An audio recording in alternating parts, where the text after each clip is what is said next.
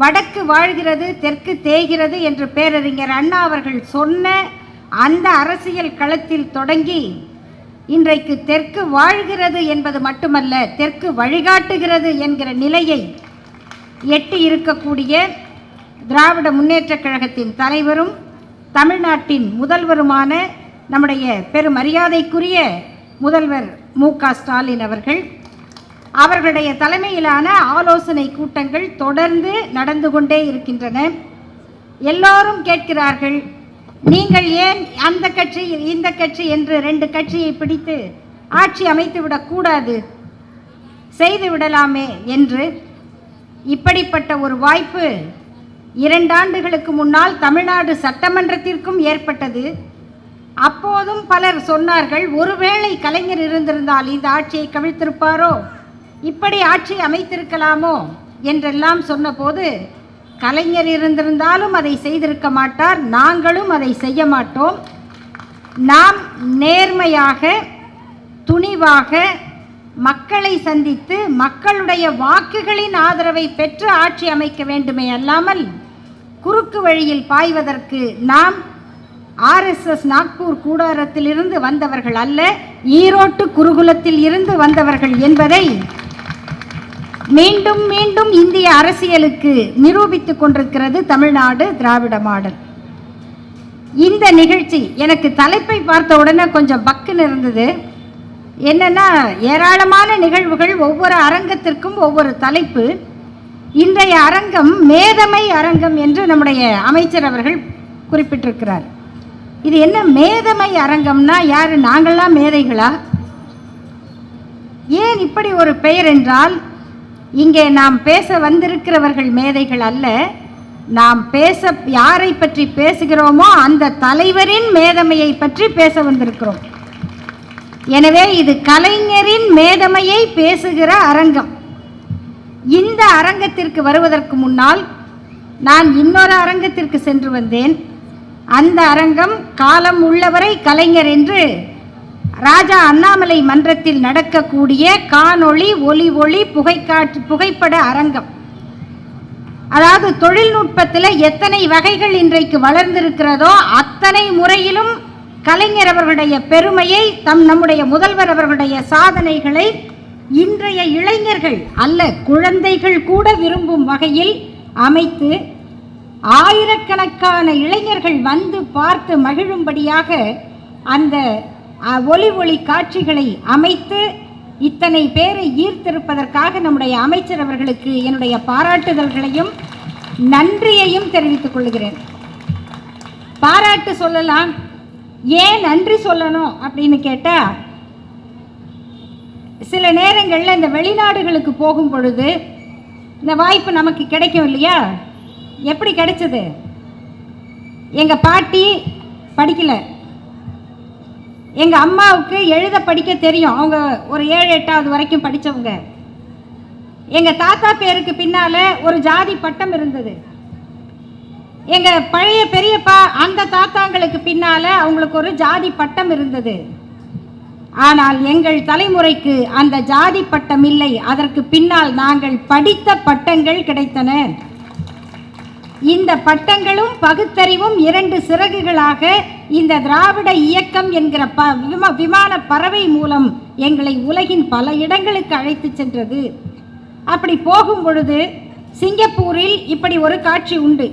அங்கே போய் உட்கார்ந்தா அப்படியே உலகத்துக்குள்ளே நம்ம அப்படியே அண்ட வெளியில் இருக்கிற மாதிரி இருக்கும். எல்லாம் சுற்றிக்கிட்டு இருக்கோம். அங்கு தங்கும் வெளியினில் கோடி அண்டம் அந்த தாயின் கை பந்தென ஓடுமடான்னு பாட்டெல்லாம் ஓடுற மாதிரி, இந்த பக்கம் நிலா ஓடுது, இப்படி இருக்கும். நம்ம நடுவில் உட்கார்ந்துருக்கிற மாதிரி இருக்கும். திடுக்குன்னு சூரியன் வெடிக்கும், நம்மளையே அந்த சூரியனுக்குள்ளே போயிட்ட மாதிரி இருக்கும். இப்படியெல்லாம் ஒரு காட்சி இருக்கா அப்படின்னு ரொம்ப ஆச்சரியமாக இருந்தது. பிறகு அதை பிர்லா கோளரங்கம் என்று பெரியார் கோளரங்கமாக அமைத்த அந்த கோளரங்கத்தில் இப்படி காட்சிகள் வந்தன. அது அறிவியல் வந்துருச்சு. ஆனால் அந்த அறிவியலில் நம்ம வரலாற்றை சொல்ல முடியுமா என்ற ஏக்கம் எங்களை போன்றவர்களுக்கு பல ஆண்டுகளாக இருந்தது. அந்த அறிவியல் காணொளி வழியாக முத்தமிழறிஞர் கலைஞர் அவர்களுடைய வரலாற்றை இன்றைக்கு காணும் பொழுது உண்மையிலேயே சகோதரர்களே மெய் சிலிர்த்தது. இதை சாதித்து காட்டியதற்காக உங்களுக்கு நாங்கள் நன்றி சொல்ல கடமைப்பட்டிருக்கிறோம். அதில் முக்கியமாக இது நீங்கள் போய் பார்க்கணும், பார்க்காதவங்க கண்டிப்பாக பார்க்கணும், அந்த அனுபவத்துக்காகவாது பார்க்கணும். அடுத்து நம்ம வரலாற்றை அறிந்து கொள்வதற்காக பார்க்கணும். அந்த புகைப்படங்கள், கலைஞர் அவர்களுடைய புகைப்படங்களுக்கு கீழே அவருடைய சாதனைகள்லாம் எழுதப்பட்டிருக்கு. ஐயோ, படித்து முடிக்க முடியாது, படித்து முடிக்க முடியாது. நீங்கள் எழுதிக்கிட்ட ஒரு 3 நாள் வேணும் எழுதிக்கிட்டு வர்றதுக்கு. ஒரே ஒரு செய்தி மட்டும், ஏன்னா இந்த தலைப்புக்கு ஏற்ற செய்தி மட்டும் சொல்கிறேன். எல்லோருக்கும் எல்லாமாக ஆனவர் கலைஞர் அப்படிங்கிறது, அதில் கலைஞர் திறந்த பள்ளிக்கூடங்களை பற்றி ஒரு பட்டியல் இருந்தது. அது எத்தனை 1000 பள்ளிகள் அதெல்லாம் இருக்குது. இந்த ஆயிரக்கணக்கான பள்ளின்னு நான் எப்படி ஞாபகம் வச்சுக்கிறது? கணக்கு போட்டுக்கிட்டே இருக்க முடியுமா? முடியாது. ஆனால் ரொம்ப சிம்பிளாக ஒரு பட்டியல். அது என்னென்னா, 1 கிலோமீட்டருக்கு ஒரு தொடக்கப்பள்ளி, 1 கிலோமீட்டருக்கு ஒரு தொடக்கப்பள்ளி, 3 கிலோமீட்டருக்கு ஒரு நடுநிலைப் பள்ளி, 5 கிலோமீட்டருக்கு ஒரு உயர்நிலைப் பள்ளி, 7 கிலோமீட்டருக்கு ஒரு மேல்நிலைப் பள்ளி. எல்லாம் யார் காலத்தில்?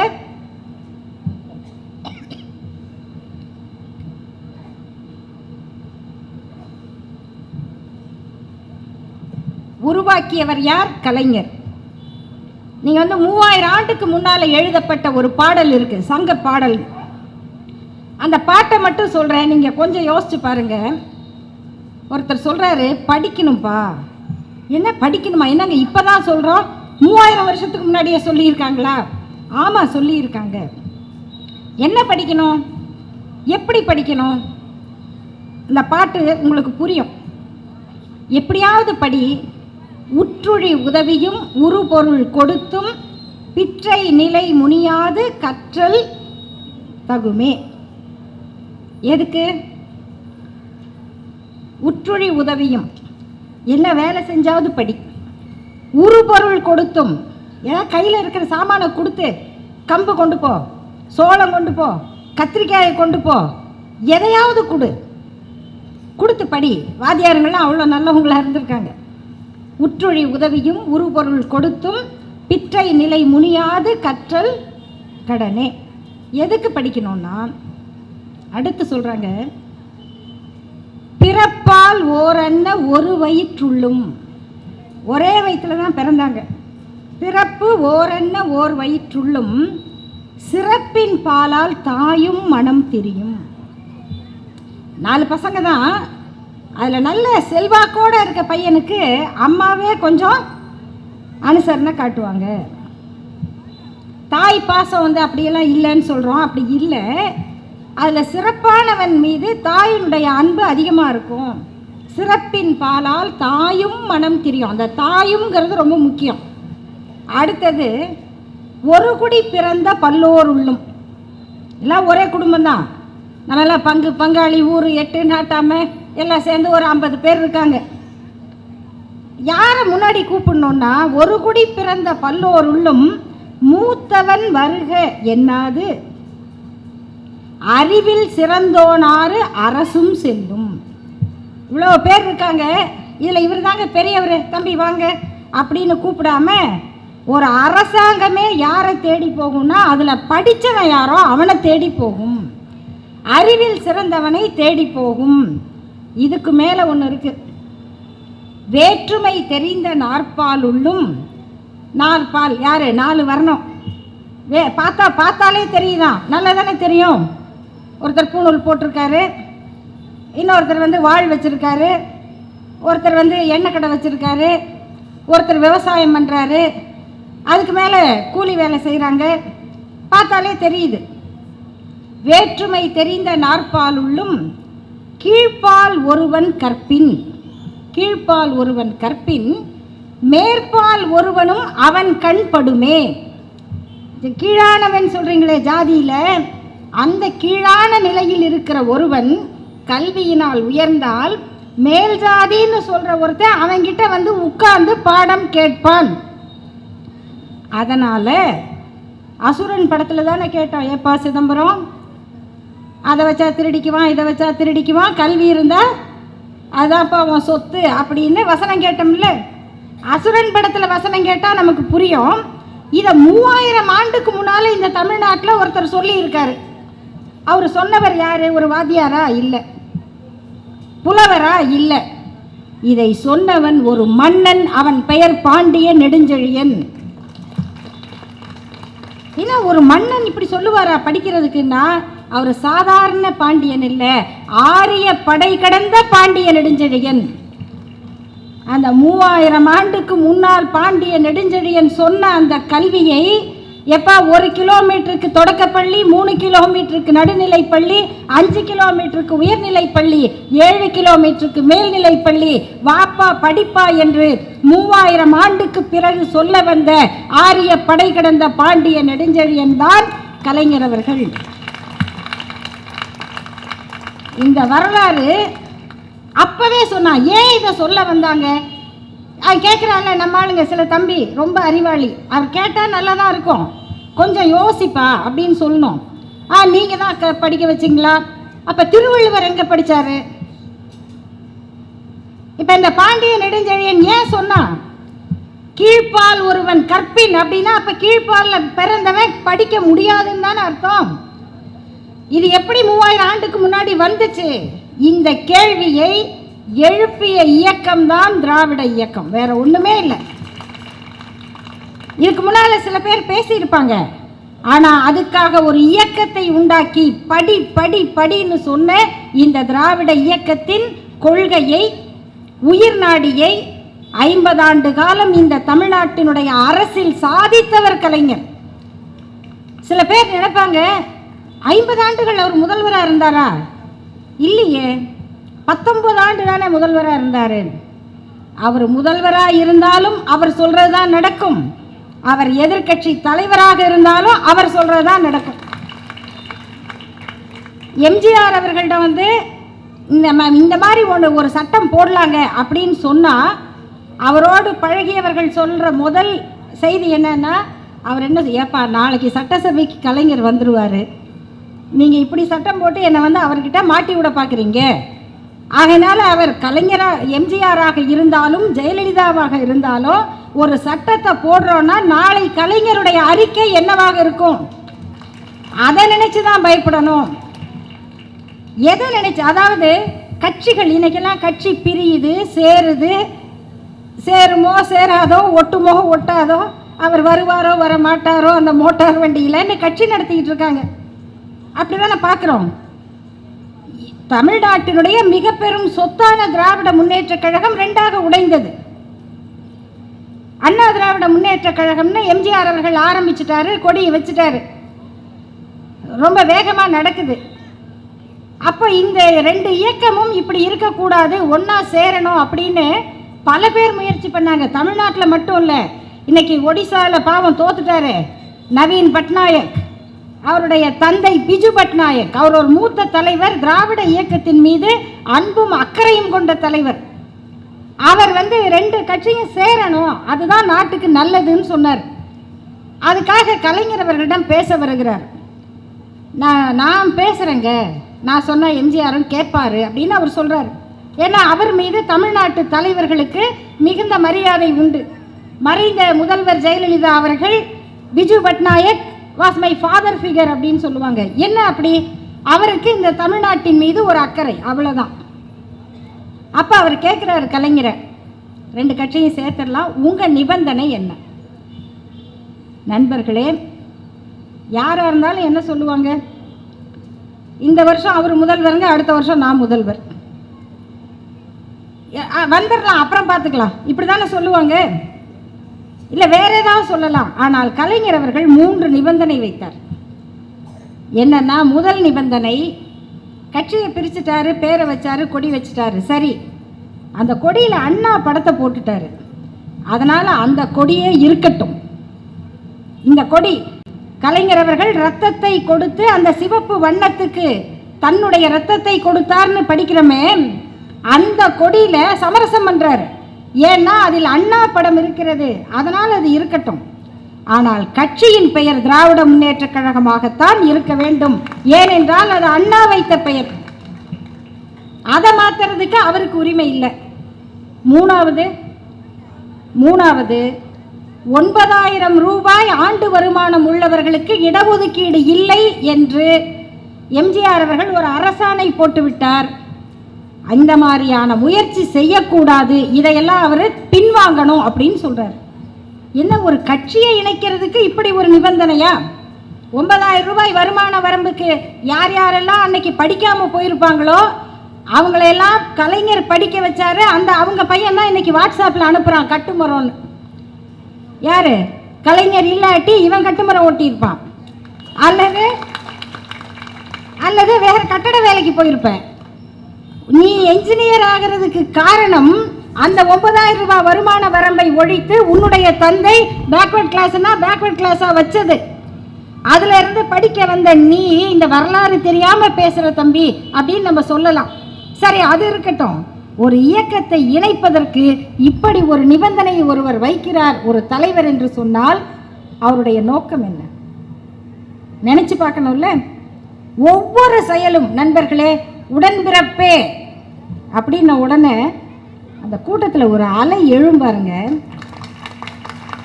அது என்னென்னமோ சொல்லிக்கிட்டு இருப்பாரு. எல்லாரையும் அவர்களே இவர்களே எல்லாம் சொல்லிக்கிட்டு இருப்பாரு. ஆனால் கூட்டத்துக்கு அந்த பேரெல்லாம் தெரியாது. அந்த ஒற்றை சொல்லுக்காக காத்துக்கிட்டு இருக்கும். அப்போ உடன்பிறப்பே. இந்த உடன்பிறப்பேங்கிறத எப்போ தொடங்கினாரு? கடிதத்தில் தொடங்கினார். அப்புறம் தான் கூட்டத்தில் பேச ஆரம்பித்தார். கடிதத்தை எழுதும் போது முரசொலியில் தினம் எழுதினார். எப்போ இருந்து தெரியுங்களா? 1955 இருந்து எழுதிக்கிட்டு இருந்தார். ஆனால் இந்த முரசொலி முதல்ல வரும்போது 4 பக்க பேப்பர் இல்லை, துண்டறிக்கை நோட்டீஸாக வந்துச்சு. 1940களில் நோட்டீஸாக வந்த முரசொலி. அது அப்புறம் நாளிதழாகி அவர் கடிதம் எழுதும்போது முதல்ல என்ன தொடங்கினாருன்னா நண்பனே அப்படின்னு தான் எழுதினார். நண்பனேன்னு. அப்புறமா ஏன் அதை உடன்பிறப்பேன்னு மாற்றினீங்க அப்படின்னு ஒரு பேட்டியில் பத்திரிகையாளர் மனா என்பவர் கேட்கிறார். ஏன் நீங்கள் நண்பனேன்னு ஆரம்பித்து எப்படி உடன்பிறப்பேன்னு மாறுச்சுன்னா, நண்பனே என்பது ஆண்களை மட்டும் குறிக்கும், உடன்பிறப்பே என்பது பெண்களையும் குறிக்கும். இது எப்பங்க? 1960.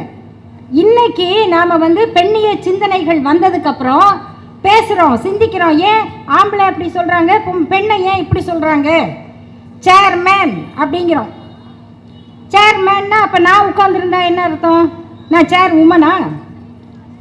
அது சொல்கிறதே ஆணை வச்சு தான் அந்த பதவி. ஏன்னா அப்போ பெண்களுக்கு நாற்காலியே கிடையாதுமா. ஞாபகம் இருக்கா உங்களுக்கு? கல்யாண வீட்டில் போனால் 10 சேர் இருக்கும், 10 சேர்லேயும் 10 ஆம்பளைங்க உட்காந்துருப்பாங்க. பெண்கள் ஐயோ பட்டுப்புடவை ரொம்ப நல்ல புடவையாச்சு, எங்கே உட்கார்றதுன்னு தேன்னா அழகாக ஒரு ஜம்காலத்தை விரித்து காமிப்பாங்க. இப்படி உட்காருமா, இப்படி உட்காருமான்னு. இதுதான் நடக்கும். அப்போ அந்த சேரே பெண்ணுக்கு கிடையாதுன்னா சேரில் எங்கே விமன் உட்கார்றது? சேர் மேன் தான் எப்பயுமே. பெண்ணிய சிந்தனை வந்த பிறகு அது சேர் பர்சன் அப்படின்னு ஆச்சு. இப்போ யாருன்னா அங்கே உட்கார்றவர் ஆள், நபர், சேர் பர்சன். இது எப்போ வருது?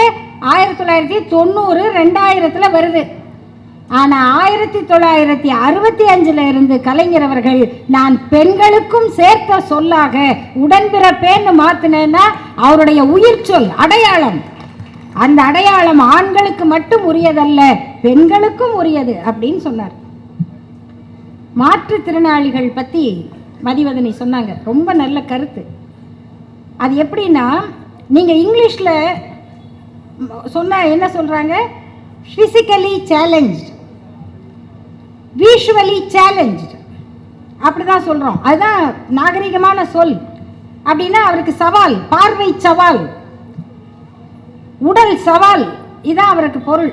சவாலானவங்க. ஆனால் கலைஞர் எப்படி அந்த பெயரை குறிப்பிட்டார்னா, பொதுவாக ஒரு திறன் குறைவானவர்களுக்கு இன்னொரு திறன் கூடுதலாக இருக்கும். அவங்களுக்கு பேச்சு வரலன்னாலும் காது கேட்கலன்னாலும் உதட்ட அசைவை பார்த்து கண்டுபிடிச்சிருவாங்க. கண்ணு தெரியாது, ஆனால் காது 10 கண்ணோட வேலையை செய்யும். ஒவ்வொரு காலடி ஓசையும் அதை அளக்கும். அதனால ஒரு திறன் குறைபவருக்கு இன்னொரு திறன் அதிகரிக்கும். அதனால் அவர்கள் மாற்றுத்திறனாளிகள். கண் செய்கிற வேலையை காது செய்து, கால் செய்ய வேண்டிய வேலையை இடுப்பு செய்து. அதனால இந்த பேர். இப்படியெல்லாம் யாராவது யோசிப்பாங்களா? யோசிக்கிறதுக்கு எந்த அளவுக்கு மனித நேயம் இருக்கணும். அப்புறம் இன்னொன்று, ராமானுஜர், அதாவது ஒவ்வொருத்தருக்கு சில பேரை பிடிக்கும். புராண கதைகள்லேயே இருக்குது. நம்முடைய அமைச்சர் அவர்கள் அந்த அறநிலையத்துறைக்கே அமைச்சராக இருந்து போராடிக்கிட்டு இருக்கார். இவர் போராடுறாரா அவங்க போராடுறாங்களான்னு தெரியாது. ஏன்னா கிட்டத்தட்ட 7000 ஏக்கர் நிலங்களை மீட்டிருக்கிறார். யார்கிட்ட இருந்து?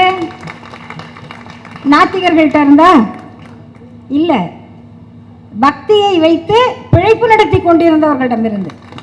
அவ்வளோதான். அவங்களுக்கு அது தாங்கலை. ஆனால் நமக்கு இந்த கதையெல்லாம் தெரியும். அவங்க தெரியாதுன்னு நினச்சிக்கிட்டு பேசுவாங்க. ஆனால் நம்முடைய தலைவர்களுக்கு இதெல்லாம் நல்லா தெரியும். பேரறிஞர் அண்ணா அவர்கள் தனக்கு ஒரு புனைப்பெயர் சூட்டி கொண்டார். அது அந்த பெயர் என்ன தெரியுங்களா? அவருக்கு பிடித்த அந்த பேர் பரதன். ஏன்? அவர் அண்ணன் என்ன சொன்னாலும் கேட்பார். அது மாதிரி தந்தை பெரியாருக்கு தான் இளையவன் என்பதனால தந்தை பெரியார் தான் எனக்கு தலைவர் அப்படின்னு உணர்த்துவதற்கு எந்த கம்பராமாயணத்தை எதிர்த்தாரோ அதிலிருந்து ஒரு புனை பெயரை பரதன் அப்படின்னு அவர் சூட்டி கொண்டார். தந்தை பெரியார் ஒரு பெயர் வச்சுக்கிட்டாரு. இதெல்லாம் எல்லாரையும் வச்சு எழுத வச்சு வாங்குவார். அது கட்டுரைக்கு அவர் வச்சுக்கிட்ட புனை பெயர் சித்ரா புத்திரன். அப்படின்னா உன் கணக்கெல்லாம் எனக்கு தெரியும், என்கிட்ட வாலாட்டாத அப்படி. இது மாதிரி ஒவ்வொருத்தர் ஒவ்வொரு புனைப்பெயர் வைப்பாங்க. ஒவ்வொருத்தருக்கு ஒருவரை பிடிக்கும். கலைஞர் அவர்களுக்கு அந்த ஆன்மீக துறையில் ஒருவரை பிடிச்சது. அவர் ராமானுஜர். ஏன்?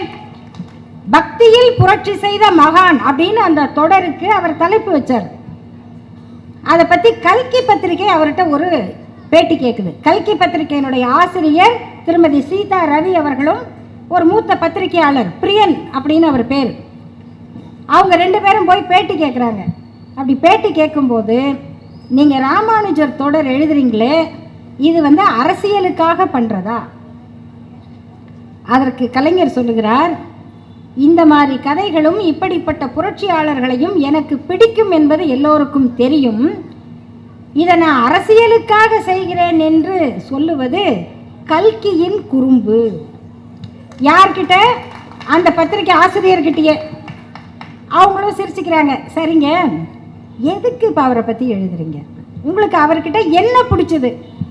நண்பர்களே, நீங்கள் எல்லாரும் ராமானுஜர்னா அவர் சமத்துவத்துக்காக பக்தியிலேயே புரட்சி பண்ணவர் அப்படி தானே கேள்விப்பட்டிருக்கோம். அவர் என்ன புரட்சி பண்ணார் தெரியாதுல்ல நமக்கு. கலைஞர் சொல்லுகிறார், ராமானுஜர் உயர்குலம் என்று சொல்லுகிற பார்ப்பன குடியில் பிறந்தவர். ஐயங்கார் அவர் என்ன செய்கிறாருன்னா எல்லாத்தையும் கற்றுக்கிறாரு. வைணவ விதிகளை எல்லாம் கற்றுக்கிறாரு, சாஸ்திரங்களை எல்லாம் கற்றுக்கிறாரு. அப்படி கற்றுக்கும் போது யார்கிட்ட போய் கற்றுக்கிறாருன்னா தாழ்த்தப்பட்டவர் என்று சொல்லப்பட்டவரிடம் போய் கற்றுக்கிறார். அடுத்து உங்களுக்கு வைணவ சாஸ்திரங்கள் சம்பிரதாயங்கள் முழுமையாக தெரியணும்னா நீங்கள் அவர்கிட்ட போய் கற்றுக்கங்கன்னு ஒருத்தரை சொல்கிறாங்க. அவர் பேர் திருக்கோட்டியூர் நம்பி. திருக்கோட்டியூர் நம்பி. அந்த திருக்கோட்டியூர் நம்பிக்கு தான் அது மொத்தமாக தெரியும். அப்போ இவர் போய் அவர்கிட்ட கேட்குறார், ஐயா எனக்கு கற்றுக் கொடுங்க. அவர் சொல்கிறார், நான் கற்றுக் கொடுக்குறேன், ஒரே ஒரு நிபந்தனை, சத்தியம் பண்ண, இதை நீ வேற யாருக்கும் சொல்லக்கூடாது, இது ரகசியம், பகவத் ரகசியம், அதனால் நீ சொல்லக்கூடாது. இவரை சத்தியம் பண்ணி கொடுத்துட்டு கற்றுக்கிறாரு. கற்றுக்கிட்டு அந்த மந்திரங்கள் அந்த சாஸ்திரங்களுடைய பயன் என்ன அப்படின்னா, இதை பின்பற்றினால் நீ சொர்க்கத்துக்கு போவாய், ஆனால் இதை வேற யாருக்காவது சொல்லி கொடுத்தேன்னா நரகத்துக்கு போவாய். அந்த காலத்து குருக்கள்லாம் இப்படி தான் சாபம் கொடுப்பாங்க, ரொம்ப நல்லவங்க தான். அவர் சரிங்கன்னு கற்றுட்டு வந்துட்டு வெளியில் வர்றாருங்க. வந்து எல்லா மக்களையும் கூப்பிடுறாரு. எங்க ஒதுக்கப்பட்டவங்க, ஓரங்கட்டப்பட்டவங்க எல்லாம் சொல்கிறாங்களே, எல்லா மக்களையும் கூப்பிட்டு வாங்க வாங்க வாங்க எல்லாம் வாங்க அப்படின்னு எல்லாரையும் கூடி நிற்க சொல்லி ஒரு கோபுரத்தின் மீது ஏறி நின்று தான் கற்றுக்கொண்ட சாஸ்திரங்களை எல்லாம் எல்லாருக்கும் சொல்கிறார். ஐயோ எல்லாம் சொல்கிறாங்க, எப்பா நீ பண்ணது குரு பாவம், குருவுக்கு பண்ண சத்தியத்தை நீ மீறிட்ட, நீ நரகத்துக்கு போயிடுவ, ஏன் நீ இதை பண்ண அப்படின்னு கேட்குறாங்க. அதுக்கு ராமானுஜர் சொல்கிறாரு, நான் ஒருவன் நரகத்துக்கு போனால் பரவாயில்லை, இத்தனை கோடி மக்களும் சொர்க்கத்துக்கு போகணும். இந்த ரகசியத்தை நான் வச்சுக்கிட்டு என்ன பண்ண போகிறேன், நான் சொர்க்கத்துக்கு போய் என்ன பண்ண போகிறேன், இவ்வளவு மக்களுக்கு பயன்படாத இந்த சாஸ்திரம் எனக்கு எதுக்கு, நான் சொர்க்கத்துக்கு போகிறதுக்கா என்று கேட்டதால் ராமானுஜரை எனக்கு பிடிக்கும். அதுக்கப்புறம் நிறைய பேர் ராமானுஜரை பற்றி பேசுகிறதையே மறந்துட்டாங்கன்னு நினைக்கிறேன். என்னவோ இப்படியெல்லாம் வேற சொல்லியிருக்காரா அப்படின்னு ராமானுஜரை பற்றி இப்படிய கருத்தை சொன்னவர் கலைஞர் அவர்கள். இப்போ இந்த கருத்துலேருந்து நீங்கள் ஒவ்வொன்றா எடுத்துகிட்டு வாங்க. கலைஞருடைய வாழ்க்கை ஒரு நூற்றாண்டுக்கு நடந்திருக்குன்னா இந்த நூற்றாண்டில் நாம் எப்படியெல்லாம் முன்னேறி இருக்கிறோம், இந்த முன்னேற்றத்திற்கு அவர் என்ன பங்களித்தார், இந்த அடிப்படை எதனால் நடந்தது. இங்கே தான் நீங்கள் முக்கியமாக ஒரே ஒரு கருத்தை கவனிக்கணும். அவர் 1000 ஆற்றல் உடையவர், தனி மனிதராக அல்ல. அவர் ஏற்றுக்கொண்ட தத்துவம் இந்த மனிதநேயத்துக்கான தத்துவம், அது திராவிட தத்துவம், தந்தை பெரியாரின் தத்துவம். அப்போ ஒருத்தர் தனி மனிதராக சிறப்போடு இருக்கிறது மட்டும் பத்தாதுங்க. நம்ம தேர்தல் பற்றியெல்லாம் பேசுகிறோம், மோடி தோற்றுவிட்டார், நம்ம ஊரில் ஒருத்தர் ஐபிஎஸ் ஆஃபீஸர் தோத்துட்டாரு, இப்படியெல்லாம் சொல்லிக்கிட்டு இருக்கோம், உண்மைதான். ஆனால் தோல்வி என்பது அந்த தனி மனிதர்களுடையது அல்ல. நம்ம நல்லா புரிஞ்சுக்கணும். மோடி தோற்றாருங்கிறது அல்ல தோல்வி, பிஜேபி தோற்றதுன்னா ஆர்எஸ்எஸ் தோற்றதுன்னு அர்த்தம். மோடி தான் அதிகமாக பேசினாரு, உளர்னாரு, அதெல்லாம் வேற. அப்போ மோடி வேண்டாம், ரொம்ப அமைதியாக ஒருத்தர் இருக்கார் யோகின்னு, அவர் இருந்தால் பரவாயில்லையா, ரொம்ப நல்லவரா. மோடி வேண்டாம், அவருக்கு பக்கத்தில் அமித்ஷா இருக்கிறாரு, அவர் வந்துட்டா பரவாயில்லையா. அவர்கள் நல்லவரா கெட்டவரா என்பது அல்ல நண்பர்களே, அவர்கள் ஏற்றுக்கொண்ட தத்துவம் என்ன தத்துவம், எப்படிப்பட்ட தத்துவம். நம்ம ஏற்றுக்கொண்டிருக்கிற தத்துவம் எது? இந்தியாவின் மிகச்சிறந்த கல்வியாளர்கள் சொன்னாங்க, தமிழ்நாடு இன்னைக்கு இந்த வளர்ச்சியை பெற்றிருக்குன்னு சொன்னா அதுக்கு காரணம் கலைஞர் உருவாக்கிய சமச்சீர் கல்வி. சமச்சீர் இந்த வார்த்தையே பிடிக்காத தத்துவம் தான் ஆர்எஸ்எஸ் தத்துவம். அவங்களுக்கு சமம்னாலும் பிடிக்காது, சீர்னாலும் பிடிக்காது. அவங்களுக்கு எல்லாமே ஏணிப்படி தான், ஜாதி தான், மதம் தான், கலவரம் தான். இதுதான் அவர்களுடைய மூலதனம். இப்போ அவங்க உள்ள வந்தால் இந்த தமிழ்நாட்டில் என்ன நடக்கும்? உத்தரப்பிரதேசத்தில் என்னெல்லாம் நடந்துச்சுன்னு பார்த்தோம். அந்த மக்கள் விழித்து கொண்டார்கள். அவர் ராமர் கோயில் கட்டினார், கோயிலை கட்டினாரா யாருக்காவது தெரியுங்களா? போய் பார்த்தவங்கெல்லாம் சொல்கிறாங்க அது கோயிலே இல்லைங்க, எங்களுக்கு தெரியுங்க அது சமாதி தாங்க, நமக்கு தெரியாத அது கோயிலா? அது சமாதி. அந்த சமாதியை இடித்து விட்டு நீங்கள் கோயில் என்ற ஒன்றை கட்டினீர்கள். ராமருக்கு கோயில் கட்டிவிட்டால் மக்கள் வாக்களிப்பார்கள் என்ற பிரச்சாரத்தை இந்தியா முழுக்க பரப்பினார்கள். ஆனால் அவங்களுக்கு ஒன்றே ஒன்று தெரியாது, தமிழ்நாட்டில் 1971 இதே ராமர் பேரை வச்சு திமுகவை வீழ்த்தலாம்னு நினைச்சாங்க. அந்த தேர்தலில் தான் திமுக 184 சீட்டு சட்டசபை தேர்தலில் பெற்று வரலாற்றில் இல்லாத வெற்றியை பெற்றது. அடுத்து ஒரு தேர்தலில் திராவிடர் கழக தலைவர் அவர்கள் கிருஷ்ணரை பற்றி ஒரு கருத்தை சொன்னார். ஏன் சொன்னாருன்னா, அவங்க ஒரு விமர்சனம் வச்சாங்க, அதுக்கு அவர் பதில் விமர்சனம் வச்சார். ஐயோ கிருஷ்ணரை பற்றி பேசிட்டாங்க, கிருஷ்ணரை பற்றி பேசிட்டாங்கன்னு ஒரு பிரச்சாரம் போச்சு. அப்போ தான் வேலூர் இடைத்தேர்தல் வந்தது. 2 தொகுதிக்கு மட்டும் தனியாக இடைத்தேர்தல் வந்தது. அந்த இடைத்தேர்தலில் கிருஷ்ணர் தங்களை காப்பாற்றுவார்னு நினைச்சாங்க.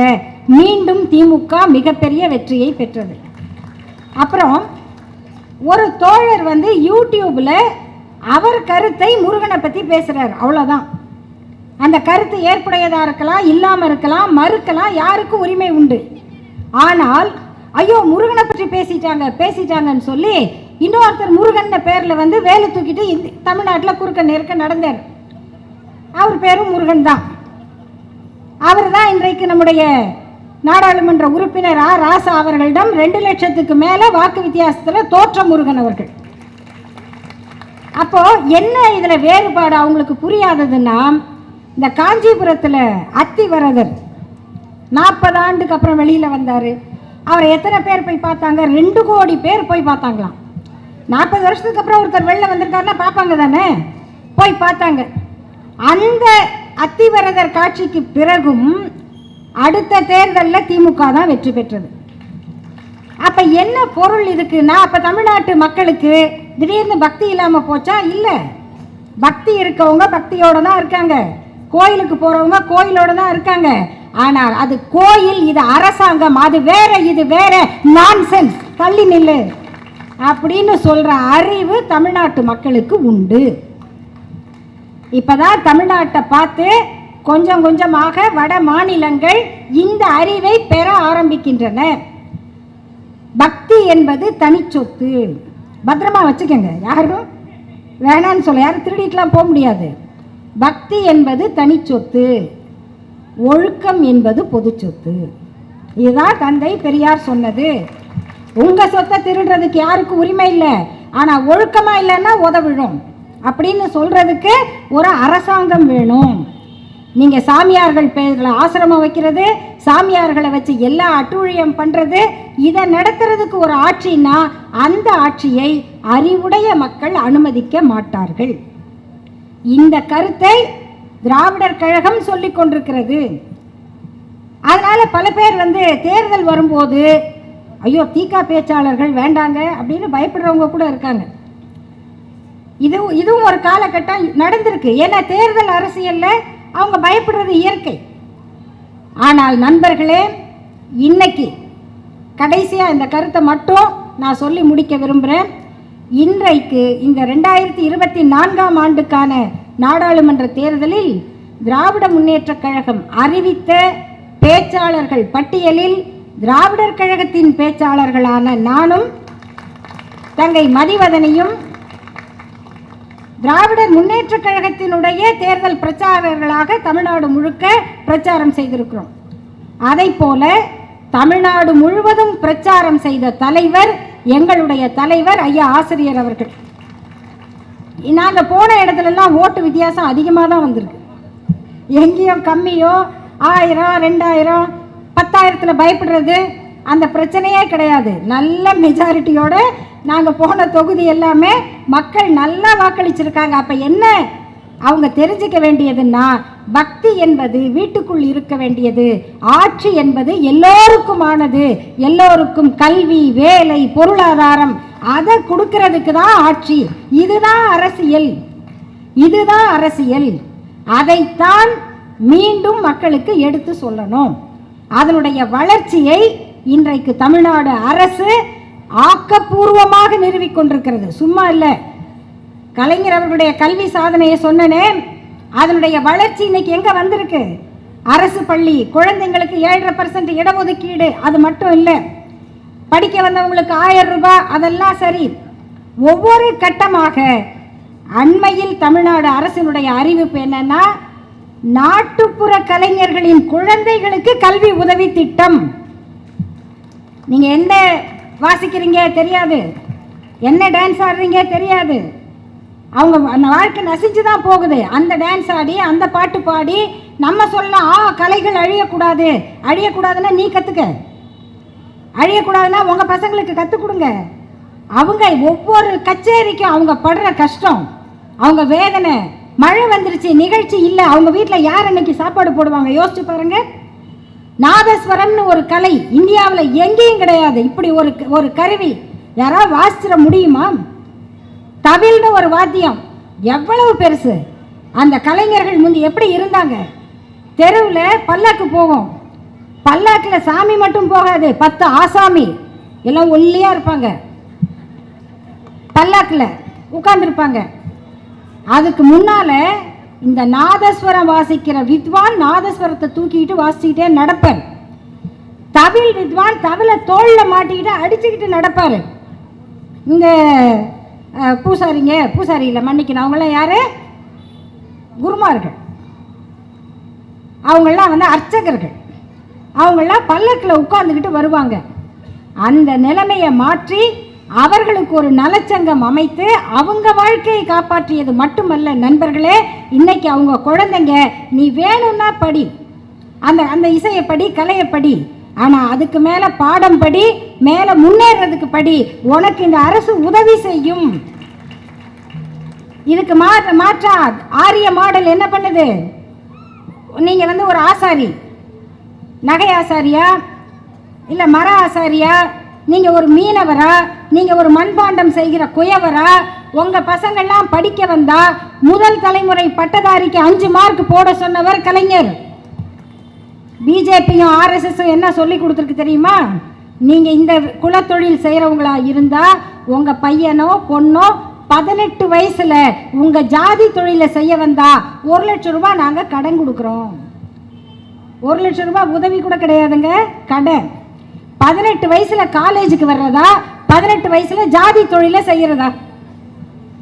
18 வயசில் ஜாதி தொழிலை செய் அப்படிங்கிறது தான் பிஜேபி, அதன் பின்னால் இருக்கிற ஆர்எஸ்எஸ் தத்துவம். 18 வயசுல நீ படிக்க உன் பிள்ளைய அனுப்பு, 1000 ரூபாய் உனக்கு நான் கொடுக்கிறேன், நான் இந்த குழந்தையின் தந்தை, உங்கள் தந்தையை போல் நான் இருப்பேன் என்று ஒரு நாட்டினுடைய முதல்வர் சொல்றாரு. இதுதான் திராவிட மாடல். இந்த கருத்தை, கொள்கையை நம்முடைய இளைஞர்கள் புரிஞ்சுக்கணும், இளைஞர்கள் எடுத்து சொல்லணும். அந்த திட்டத்துக்கு என்ன பேரு? விஸ்வகர்மா திட்டம். நீங்க வந்து நல்ல கை கூலிக்காரனா வான்னு சொல்றான், வேற ஒன்றும் இல்லை. நம்ம திட்டத்துக்கு என்ன பேரு? புதுமை பெண் திட்டம், தவ புதல்வன் திட்டம். நம்ம பிள்ளைங்களை புதுமை பெண்ணா, தவ புதல்வனா, நான் முதல்வனா, வாங்க வாங்கன்னு சொன்னா அது திராவிட மாடல் அரசு. அதை உருவாக்கியவர் கலைஞர், அதை எடுத்து நடத்துகிறவர் நம்முடைய முதல்வர் தளபதி மு.க. ஸ்டாலின் அவர்கள். இந்த கருத்தை, அவரை பற்றி புகழ வேண்டாம் நண்பர்களே, புகழ் மாலை சூடாதீர்கள். இந்த கொள்கையை, கருத்தை மக்களிடம் எடுத்து சொல்லுங்கள். 2026 மட்டுமல்ல, 2062 இந்த நிலை மாறாது. அதை சொல்லுகிற அரசியல் தெளிவை நம் இளைஞர்கள் பெற வேண்டும், மக்களிடம் இந்த கொள்கையை பரப்ப வேண்டும். அதுதான் என்றும் மறையாத, காலம் உள்ளவரை வாழும் கலைஞர் அவர்களுக்கு நாம் செலுத்துகிற நன்றிக்கடன் என்று சொல்லி வாய்ப்புக்கு நன்றி பாராட்டி முடிக்கிறேன். நன்றி, வணக்கம்.